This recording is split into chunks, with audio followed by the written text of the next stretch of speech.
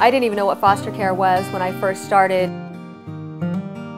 My biological daughter was in the hospital many times over a period of 8 years, and when we first started taking her to hospital, there was one little child who had never left the hospital. She had been born extremely premature, so she was only kept alive through IVs. She was the same age as my daughter, so every time we were admitted to the hospital, they would put them as roommates. She had no more IV sites, so she was going to not be able to live without that liquid nutrition. So at that point, I asked if I could take her home so she could die outside of the hospital.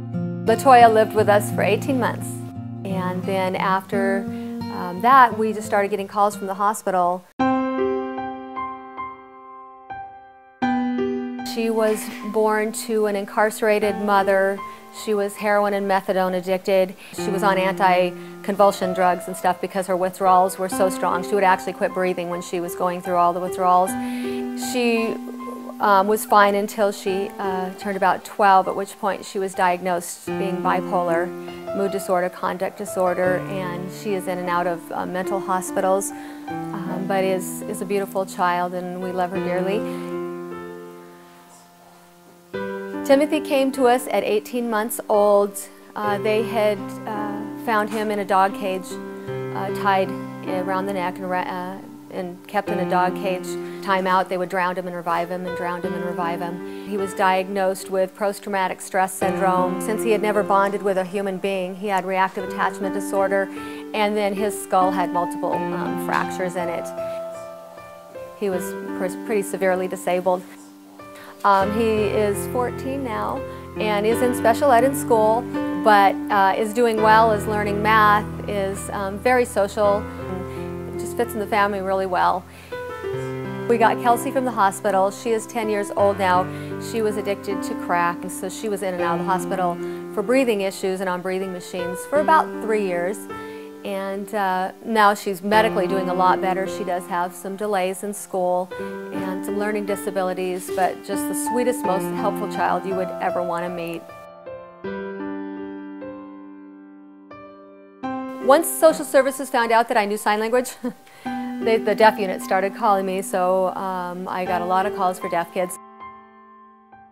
That was Ronnie, and we got him when he's 9. He had been placed in an institution, a group home, for the developmentally delayed.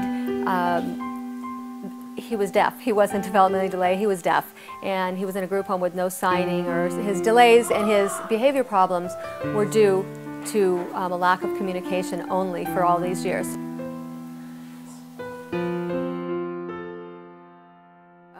Her mother explained the reason she was beating her is because she found out that her boyfriend had been molesting Letty for years, and it was Letty's fault. And so she had beaten Letty for cheating on her with her boyfriend. So at that point, obviously, she was taken. And then we permanently took custody of Letty. And again, sweetest kid.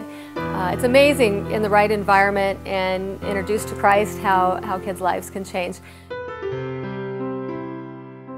Mikey was a shaken baby who is blind and profoundly retarded at this point, has no speech, and is fed through a G-tube in his stomach, but has his very sweet moments. And so he came to our home at 6, and he is now 10.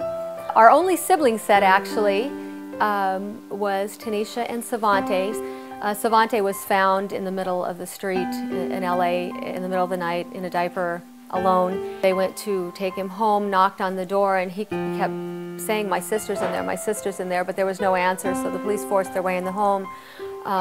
Realized after trying to communicate with Tanisha that she was both deaf and delayed, and had been there for some time, possibly up to 2 weeks alone, taking care of each other. So they were remanded then to custody. All these kids are the way they are because of abuse. They weren't born this way.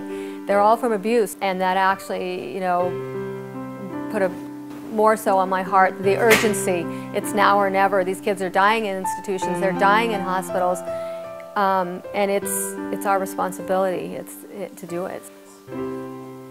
I had been a foster parent for about 10 years before I was introduced to childshare, and the difference it has made in my experience both as a foster parent and adoptive parent has just been incredible.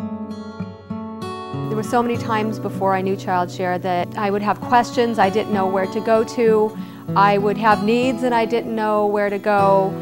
My kids didn't always have friends that understood them. I didn't have friends that understood things that I was going through and struggles that I was experiencing. And once I became a part of childshare, all those issues finally had answers. There was someone I could go to when I was confused or when I was scared or just when I needed somebody to pray with me, and there was always someone at the other end of the phone and many times at the other side of the door for me.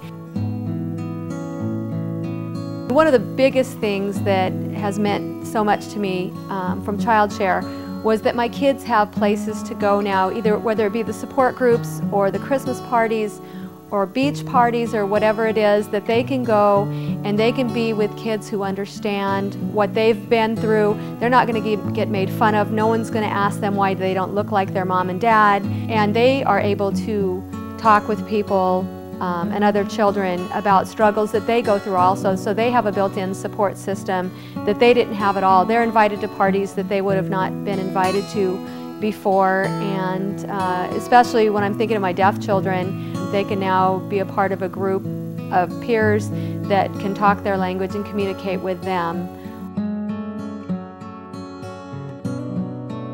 It's a fun house. We have fun with each other. We enjoy each other. We're a family. We're not a foster home.